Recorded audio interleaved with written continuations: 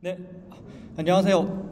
플러그인 패턴을 이용하여 기능 확장하기 발표하게 된 카카오뱅크에서 iOS 개발하고 있는 안정민입니다. 네, 이 발표를 통해 직접적인 의존성을 최대한 지향하고 확장한 방식을 이야기하려고 합니다.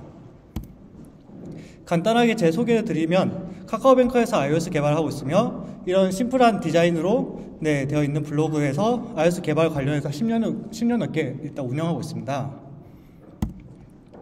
그리고 감사하게도 이제 렛츠 스위프트에서 2018년도부터 다음과 같은 주제를 발표하였고요. 그리고 올해도 이렇게 여러분 앞에서 발표하게 되어 정말 감사드립니다. 네. 그리고 이번 발표에서는 코드가 많이 나오기 때문에 주의 있게 보시면 좋을 것 같고요. 네, 그러면 이제 시작하겠습니다. 네, 우리가 이제 iOS 개발을 하다 보면은 외부와 많은 통신을 주고받습니다. 서버와 통신도 하고, 에스킴을 통해서 다른 어플리케이션 실행시키기도 하고, 그 다음 애플에서 이제 푸시를 보낸 거를 받기도 하고, 그 다음 웹페이지와 자바스크립트로 통신을 합니다. 앞에서 이야기했던 수단 외에도 다양한 방식으로 어플리케이션과 통신합니다. 네, 통신을 한다는 이야기는 상호 간에 약속한 형식의 데이터를 전달하며 이는 데이터 규격이 구조화되었다는 것을 의미합니다. 예를 들어 example.com us라는 주소로 파라미터는 유저 아이디, 패스워드를 넘겨주고 메소드는 포스트로 보내야 된다고 가정해 봅시다. 파라미터와 메소드는 상호 간에 약속한 데이터 규격이므로 us라는 구조체를 만들고 그 다음 파라미터 리스판스를 정의합니다. 유저 인포에는 us라는 경로 정보를 가지고 있고 메소드에는 포스트로 값을 할당했습니다. 인리에서 유저 아이디와 패스워드를 받아 리퀘스트 인포를 생성합니다. us 구조체로 API 요청을 구조화했기 때문에 실제로 호출하는 곳에서는 API 요청을 쉽게 만들고 호출할 수 있습니다. 네트워크 요청과 같이 익숙하고 개발하는 과정에서 구조하기 쉬운 데이터들도 있지만 앱스킴, 웹페이지 자바스크립트 방식 등은 앱에서 수신하는 데이터 방식입니다. 우리가 보내는 구조면 구조화를 하기 쉽지만 수신하는 데이터는 데이터를 구조하면서 작업하기가 쉽지 않습니다. 이런 데이터들은 개발 막바지쯤에 연동하게 되는데 일정이 쫓기면서 이런 고민할 여유가 적어지기 때문입니다. 그렇기 때문에 구조화되지 않은 코드가 작성된 상태에서 추가된 코드는 그 뒤에 이어서 붙기 때문에 구조화가 되지 못합니다. 다음은 제가 만든 간단한 웹페이지입니다. 로딩, 결제, 인증, 카드 열기, 액션 버튼을 가진 웹페이지를 만들었습니다. 로딩 액션 버튼 눌렀을 때 알럿을 띄워 로딩 여부와 UID를 출력하고요. 그 다음 페이먼트 액션 버튼 눌렀을 때 알럿 시트를 띄워 상품명, 금액, 결제 아이디, 거래 내역 아이디, UID를 출력합니다. 로딩, 페이먼트 액션 버튼은 콜 로딩, 그 다음 콜 페이먼트 자바스크립트 함수 호출합니다. 네, 액션, UID, 바디로 구성되어 있는 메시지를 제이슨 오브젝트로 만들어 어플리케이션에 전달합니다. 우리는 웹뷰가 있는 뷰 컨트롤러 만들고 해당 웹페이지를 불러올 수 있도록 준비합니다. 간단한 웹뷰 컨트롤러를 선언하고 어떤 핸들러로 받을지 정해보겠습니다. 다음은 이제 웹킷, 웹뷰 인스턴스를 생성하는 준비를 합니다. 그리고 웹뷰를 뷰 컨트롤에 한 뒤에 웹뷰를 아까 봤던 웹페이지를 불러옵니다. 네, 로딩, 그 다음 페이먼트 버튼을 눌렀을 때 받는 메시지를 출력해서 확인하는 프린트란에서 확인할 수 있습니다. 그러면 아까 알럿, 그 다음에 알럿 시트에서 본 결과와 같이 출력되는 것을 확인할 수 있습니다. 웹페이지에서 전달된 JSON 오브젝트를 분석하여 메시지의 바디, 액션 정보를 얻습니다. 그러면 해당 액션에 맞는 동작을 연결시켜 주는데 로딩 액션이면 로딩 함수를, 페이먼트 액션이면 페이먼트 함수를 호출합니다. 그러면 로딩 함수 내에서 다시 body에 is shown 정보를 추출하여 그 값에 따라 true이면 show 로딩을, false이면 hide 로딩을 함수를 호출합니다. 페이먼트 함수도 마찬가지로 값을 추출하고 모든 데이터의 정합성을 확인한 후 페이먼트 함수에 인자를 넘겨줍니다. 웹뷰 컨트롤러에서 수행하는 작업을 살펴보면 로딩, 페이먼트, 오픈 카드, 그다음 인증 기능을 담당하고 있습니다. 그러면 여기에는 기능이 계속 추가될 수 있다는 여지를 남기게 됩니다. 이 프로젝트가 계속 진행되면 진행될수록 말이죠. 결국 만능 웹뷰 컨트롤러가 탄생하게 됩니다. 만능 혹은 슈퍼 또는 갓 클래스라고 하기도 합니다. 이런 코드가 생기게 되면 유지 보수가 어려지고 해당 코드의 확장성이 부족해지며 많은 서비스, 기능들을 의존하기 때문에 따라서 분리하기 어려지고 해당 코드의 유연성은 저하됩니다. 아마 많은 분들이 이런 문제를 고민하고 계실 것으로 생각됩니다. 저희도 많이 겪었거든요. 그래서 그러면 이걸 어떻게 해야 될까요? 우선 웹뷰 컨트롤러가 액션 핸들러를 직접 제어하지 않아야 됩니다. 직접 제어하기 때문에 다음 수행할 코드를 직접 호출하게 되고 이는 다음 실행한 코드를 의존해야 한다는 의미입니다. 그래서 웹뷰 컨트롤러는 웹과 어플리케이션 사이에 제이슨 오브젝트 객체를 전달하는 역할로 제한을 해야 됩니다. 그러려면은 웹뷰 컨트롤러를 이용하는 기능, 서비스는 주유받아 직접적인 의존성을 끊어야 됩니다. 그렇게 되면 여러 기능, 서비스를 조립한 웹뷰 컨트롤러 만들어서 다양한 경우에 유연하게 대처할 수 있게 됩니다. 그럼 웹뷰 컨트롤러에 수행되는 코드를 한번 추상해 봅시다. 앞에서 잠깐 보셨던 웹페이지에 제이슨 오브젝트를 전달받아 처리하는 코드입니다. 스위치 문을 보면 액션을 다루는 코드의 패턴은 동일합니다. 각 함수의 메시지 바디를 인자로 넘겨주고 있습니다. 이를 추상화해 보면 오른쪽 코드와 같이 클로저에 메시지 바디, 웹큐 웹뷰를 받는 속성을 가진 액션 핸들러 구조체로 추상화할 수 있습니다. 그럼 로딩 페이먼트 함수를 액션 핸들러로 만들어 보면 기존 로직을 그대로 들고 와서 로딩 핸들러, 그 다음 페이먼트 핸들러를 생성할 수 있습니다. 각 액션에 해당되는 메시지 액션 핸들러를 만들었으니 그러면 이 코드를 관리할 또 코드가 필요하겠죠. 이제 액션 핸들러를 관리한 매니저를 만듭니다. 액션 핸들러에서는 액션을 키로 가지는 딕셔너리를 만들어 핸들러를 관리합니다. 유저 컨텐츠는 웹킷에서 받은 메시지를 전달받아 메시지를 분석하고 액션 핸들러스 딕셔너리에 해당하는 액션을 꺼내요. 좀 어렵네요. 말이. 클로저의 메시지 바디, 웹뷰를 전달합니다. 그러면 이전에 작성했던 로딩, 페이먼트 액션 핸들러에 있는 코드가 실행되겠죠. 웹뷰 컨트롤러는 이닛에 등록할 액션 핸들러를 넘겨받아 매니저를 생성하면 이제 준비가 거의 마무리됩니다. 웹뷰에서 받은 메시지를 전달받아 매니저에 전달합니다. 그러면 매니저는 어떤 핸들러를 수행할지 알아서 판단하겠죠. 그럼 이제 이 웹뷰 컨트롤러는 비즈니스 로직과 직접적인 의존성이 없어집니다. 그러면 핸들러를 생성하고 그 다음 웹뷰 컨트롤러에 주입하는 빌더나 팩토리 역할을 만드는 타입을 만들어 생성해 주겠죠. 잠깐 정리해 봅시다.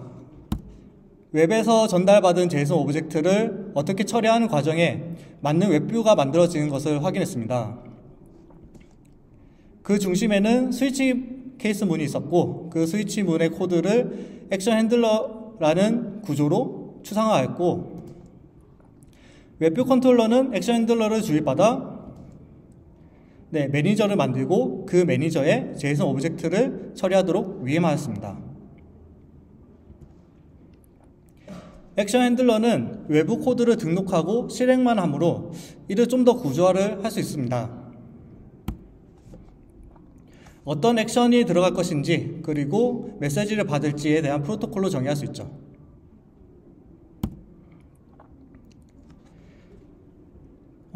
자바스크립트 인터페이스 플러그인 프로토콜을 이용하여 로딩 프로토콜을 만들어 봅니다. 로딩 플러그인에서 사용하는 액션 속성을 정의하고 웹뷰 컨트롤러로부터 받은 메시지를 분석할 파서를 오른쪽과 같이 만듭니다.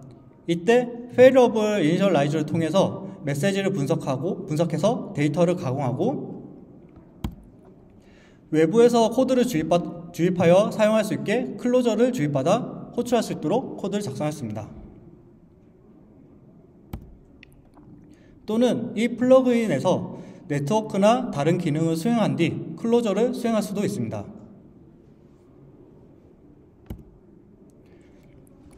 다음으로 이 자바스크립트 인터페이스 플러그인을 관리한 클래스입니다. 아까는 액션 핸들러를 관리하는 클래스였다면 이제는 플러그인을 관리하는 관리자 클래스라고 일단 명명하였습니다. 플러그인에 등록하는 코드는 플러그인에 있는 액션을 키로 하여 플러그인스에 등록합니다. 웹에서 제이슨 오브젝트를 받으면 슈퍼바이저에 넘겨 해당 액션에 일치하는 플러그인을 찾고 그 플러그인에 메시지를 넘겨줍니다. 웹뷰 컨트롤러는 이전의 액션 핸들러에서 주입받았던 것과 비슷하게 플러그인을 주입받고 슈퍼바이저에 등록합니다. 이제 우리는 웹페이지로부터 받은 제이슨 오브젝트를 최소한으로 분석한 뒤 얻은 값을 슈퍼바이저에 처리하도록 위임을 합니다. 페이먼트 웹 빌더는 이제 액션 핸들러를 만들었던 것과 비슷하게 플러그인을 생성하고 웹뷰 컨트롤러에 주입합니다. 그러면 이전에 봤던 모든 기능을 가지고 있던 웹뷰 컨트롤러는 어떤 서비스인지에 따라 페이먼트 서비스는 페이먼트 로딩 플러그인을, 카드 서비스는 페이먼트 로딩 인증 오픈 카드 플러그인을 웹뷰 컨트롤러에 주입하여 필요한 기능을 조립할 수 있게 됩니다. 앞의 내용을 잠깐 정리해 봅시다. 액션에 해당하는 동작을 일반화하여 플러그인으로 추상하였습니다. 그래서 웹뷰 컨트롤러는 등록된 플러그인을 호출만 하여 액션의 동작에 의존성을 가지지 않습니다. 각 플러그인은 웹뷰 컨트롤러와 의존성을 가지지 않아 데이터 유효성을 검증할 수 있으며 따라서 플러그인이 호출되었을 때의 결과, 즉 동작이 예상 가능합니다. 그래서 플러그인 방식은 웹과 어플리케이션 간의 자바스크립트 호출, 그 다음에 웹 앱 푸시, 그 다음 챗 메시지 등의 동적인 데이터에 유연하게 대응할 수 있게 됩니다. 근데 제가 웹뷰 컨트롤러와 각 서비스 간의 직접적인 의존성을 끊어서 제가 웹뷰 컨트롤러와 각 서비스 간의 직접적인 의존성을 끊어 의존성 문제도 해결했고, 그 다음에 각 플러그인의 죄송합니다. 목이 막히네요. 네, 다시 할게요. 제가 웹뷰 컨트롤러와 각 서비스 간의 직접적인 의존성을 끊어 의존성 문제도 해결했고, 그 다음에 각 플러그인으로 코드를 분리해서 유연성, 확장성 등을 증가시키는 이야기만 드렸는데, 그럼 정말 장점밖에 없을까요? 네, 장점만 있는 패턴이나 이런 건 없겠죠. 좀 전에 보셨던 코드 중에 페이먼트 웹 빌더라는 클래스가 있었습니다. 그 클래스에서는 웹뷰 컨트롤러에 플러그인을 등록해줬는데요. 이처럼 매번 등록하는 게 맞을까요? 기능이 추가된다면 플러그인을 등록시켜줘야 되는데 우리는 그것을 깜빡할 수 있지 않을까요? 그리고 플러그인이 등록되어 있는지 어떻게 검증할 수 있을까요? 플러그인이 등록되어 있지 않으면 동작하지 않습니다. 그리고 모듈로 분리 시 플러그인을 등록하는 코드를 어떻게 작성해야 될까요? 좀 더 넓은 범위에서 이런 방식을 적용하려니 조금은 어렵죠. 그러면 이 문제들을 어떻게 해결해 볼까요? 첫 번째 문제부터 한번 풀어봅시다. 각 플러그인 구현이 있다고 가정해 봅시다. 각 플러그인마다 인터페이스를 만들고 플러그인은 해당 인터페이스를 의존합니다. 페이먼트 서비스는 로딩, 그 다음 페이먼트 플러그인이 필요하니 해당 코드를 의존합니다. 그리고 애플리케이션은 모든 플러그인을 알고 있으니까 그러면은 모든 플러그인을 플러그인 컨테이너라는 걸 만들고 거기다 등록을 할 수가 있겠죠. 그러면 페이먼트 서비스는 각 플러그인을 인터페이스를 키로 하여서 이제 플러그인 컨테이너에서 꺼내서 사용할 수 있게 해준다면 플러그인을 직접 생성해주고 등록해주는 코드가 필요가 없겠죠. 이전에 만들었던 자바스크립트 인터페이스 플러그어블 프로토콜과 추가로 각 기능별 플러그인 인터페이스 프로토콜을 만들어 봤습니다. 이전에 작성했던 로딩 플러그인 코드에서 이 로딩 플러그인 인터페이스 프로토콜을 채택합니다. 네, 이 플러그인은 모든 프로토콜을 준수하고 있습니다. 다음으로 모든 자바스크립트 인터페이스 플러그인을 등록해주고 관리하는 컨테이너를 만듭니다. 앞에서 봤던 매니저, 슈퍼바이저 클래스와 코드가 좀 비슷하죠. 네, 레지스터 함수로 플러그인을 등록해주고 리졸브 함수는 해당 액션에 해당하는 플러그인을 꺼내서 넘겨주면 됩니다. 이제 앱이 시작한 곳은 이제 우리가 많이 코드 작성하던 앱 델리게이트죠. 네, 여기에서 컨테이너를 생성하고 플러그인을 등록해 줍니다. 플러그인이 필요한 곳에서는 컨테이너의 리졸버 함수를 통해서 플러그인을 꺼내어 사용할 수 있게 됩니다. 사용할 플러그인을 꺼내기 위해서 플러그인 리스트라는 문자열 배열을 만들고 미리 정의할 수 있습니다. 하지만은 이런 문자열은 쉽게 변경이 가능하고 그렇기 때문에 해당 문자열이 플러그인에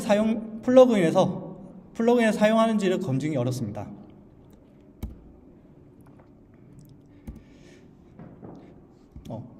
잠시만요. 네, 이렇게 됩니다. 그러면 타입을 키로 하면 어떨까요? 문자열 대신 타입은 항상 일치할 수밖에 없습니다. 변할 수가 없죠. 하지만은 프로토콜은 호환되지 않은 타입으로 간주하여 사용할 수가 없습니다. 그러면 하지만은 이제 구조체나 클래스 등은 사용이 가능합니다. 하지만은 우리 아까 만들었던 플러그인 타입을 직접 사용하게 된다면은 해당 플러그인의 의존성을 가지게 되니까 애매하죠.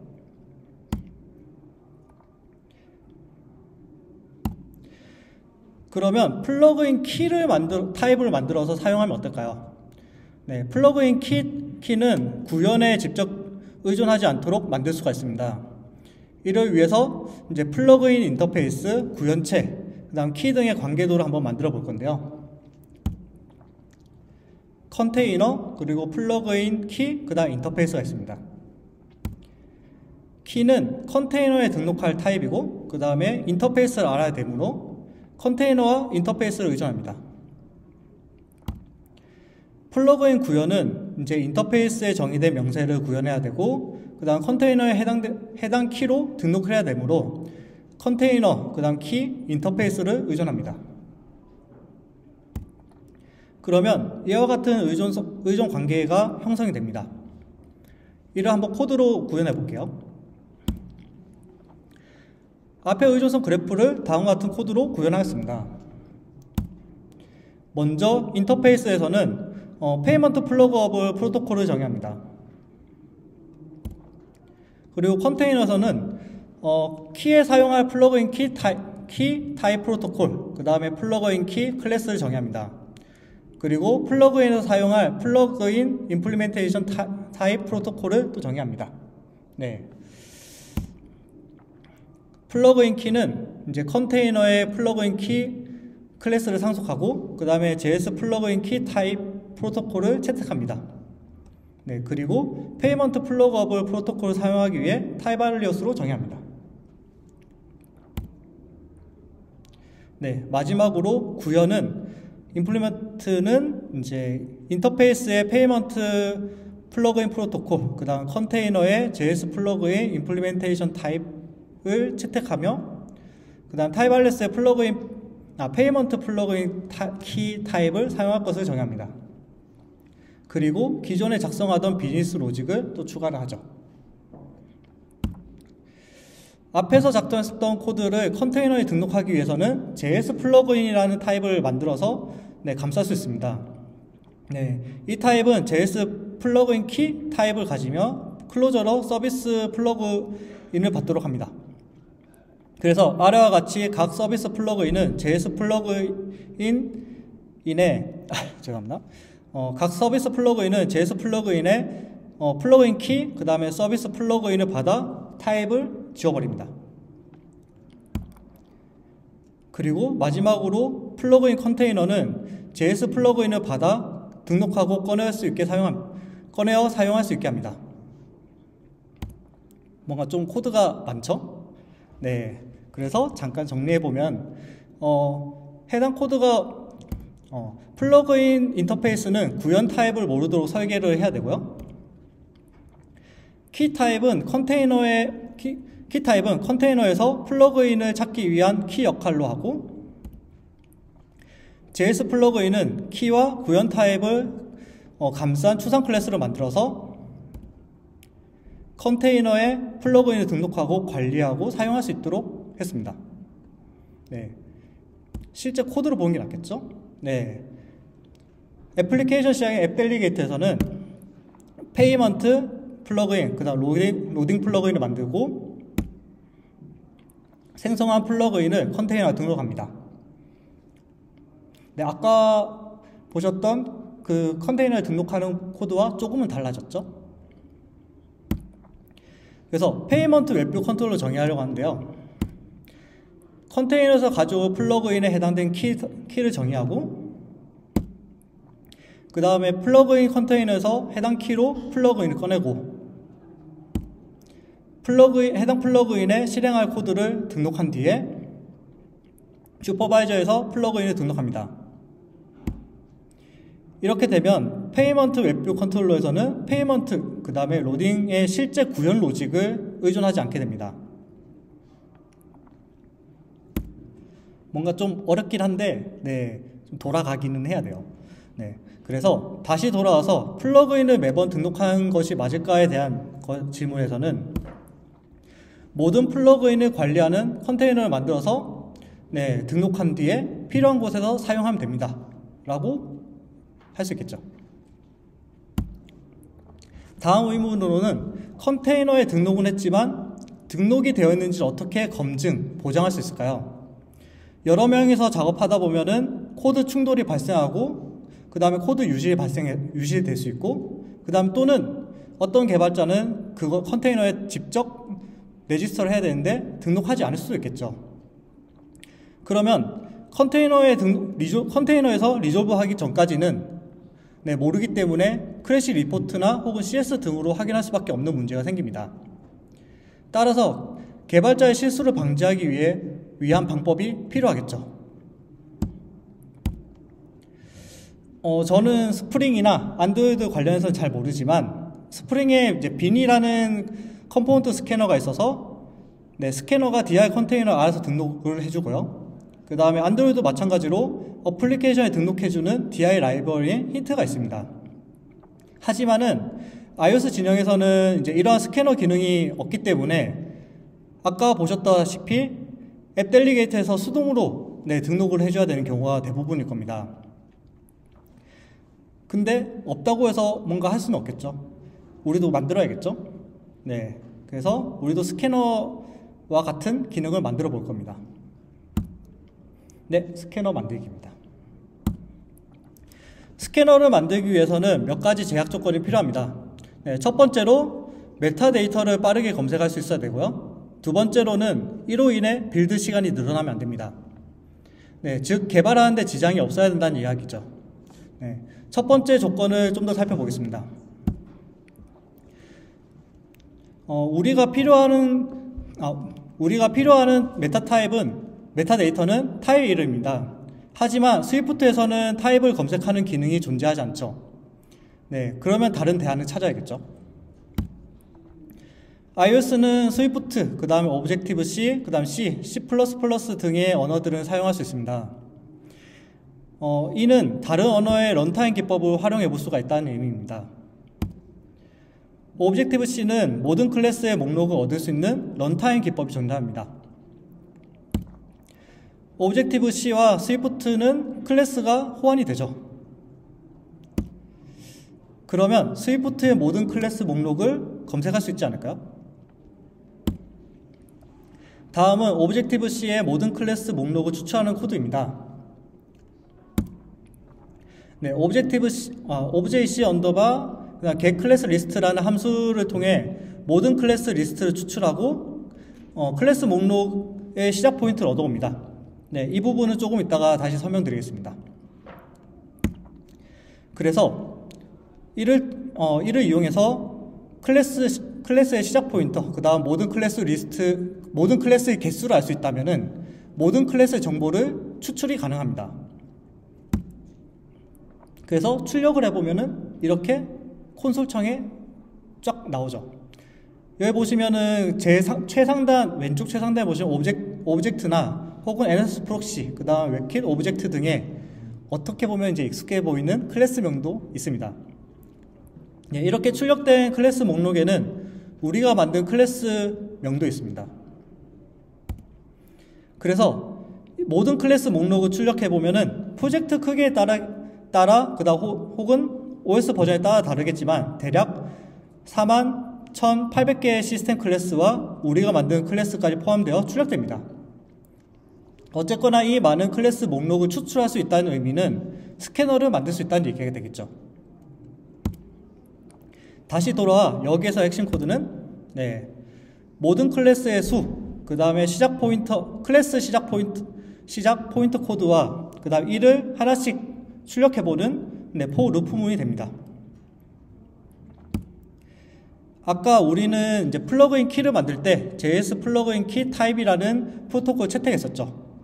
그러면 이 프로토콜로 클래스를 캐스팅해 보면은 플러그인 키 타입을 찾을 수 있지 않을까요? 찾아지기는 합니다만, 다음 코드를 수행하면 5200ms, 5.2초 정도 걸립니다. 환경에 따라 어떤 서비스냐에 따라 많을 수도 적을 수도 있긴 하지만 측정된 시간의 핵심은 타입 캐스팅이 생각보다 시간이 많이 걸린다는 이야기입니다. 타입 캐스팅이 왜 이렇게 시간이 많이 걸리는지는 여러분께 맡기겠습니다. 그러면 다른 방법은 없을까요? 아까 저는 이제 플러그인 키 타입을 클래스로 만들고 JS 플러그인 키를 클래스를 상속받았습니다. 이를 이용하여 클래스 언더바 get 슈퍼 클래스라는 함수를 통해서 슈퍼 클래스가 같은지를 먼저 확인하고 이를 뒤에 캐스팅하는 방식으로 채택했습니다. 즉 조건물을 좀 더 최적화시킨 거죠. 이 방식을 사용했을 때 측정된 시간은 시스템 리소스에 따라 다르겠지만 20에서 60ms 걸렸습니다. 아까와 비교하면 약 100배 정도 차이가 나는 거죠. 조건문을 어떻게 사용하느냐에 따라서 이렇게 결과가 극명하게 달라집니다. 그래서 저는 이를 이용하여 컨테이너에 키가 등록되어 있는지를 검증하는 테스트로 코드를 작성했습니다. 전체 플러그인 키 목록을 얻어온 뒤 키 목록이 있는지를 먼저 검증을 하고 컨테이너에 해당 플러그인 키로 플러그인 찾을 수 있는지를 검증합니다. 이러면은 유닛 테스트로 모든 플러그인이 잘 등록되어 있는지를 확인할 수가 있겠죠. 두 번째 의문이었던 플러그인이 등록되어 있는지를 어떻게 검증할까 해서 스캐너를 이용하여 플러그인 키를 검색하고 테스트 코드를 통해 컨테이너에 등록되어 있는지를 검증하면 됩니다. 참 쉽죠? 네, 다음으로 마지막인 의문이 모듈화를 하다 보면은 이제 수많은 데모 앱이 생길 텐데 어떻게 보면 그 많은 데모 앱마다 우리는 플러그인을 등록해주는 코드를 작성을 해줘야 됩니다. 네, 수많은 앱 델리게이트가 있으니까요. 그러면은 이 새로운 모듈이 추가될 때마다 또 다시 등록을 해줘야 되는 그런 코드를 계속 작성을 해줘야 되고 이런 거는 쉽지가 않습니다. 그러면 이를 어떻게 해결해야 될까요? 플러그인 키에서 사용했던 방식을 차용하여 스캐너 플러그인을 찾기 위해 scan.js 플러그인 베이스라는 클래스를 선언합니다. 플러그인은 JS 플러그인 임플리멘트 타입 프로토콜 채택해야 되므로 이 두 타입을 묶어 scan.js 플러그인이라는 이름을 만듭니다. 이전에 작성했던 스캐너 코드를 이용하여 모든 JS 플러그인 구현 타입을 찾습니다.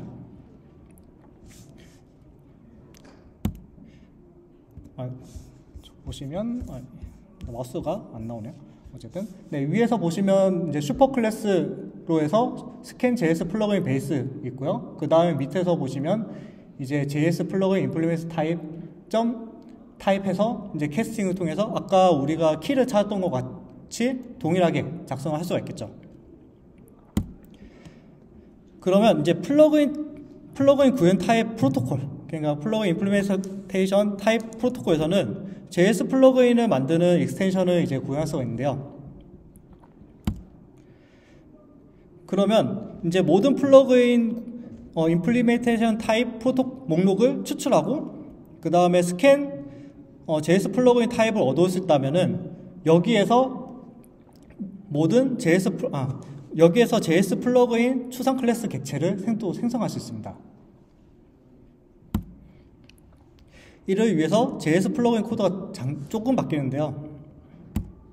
제네릭을 통해서 키 타입에 필요한 프로토콜과 그 다음 구현 타입에서 채택한 프로토콜과 일치한지를 제약을 추가합니다. 그래서 로딩 플러그인은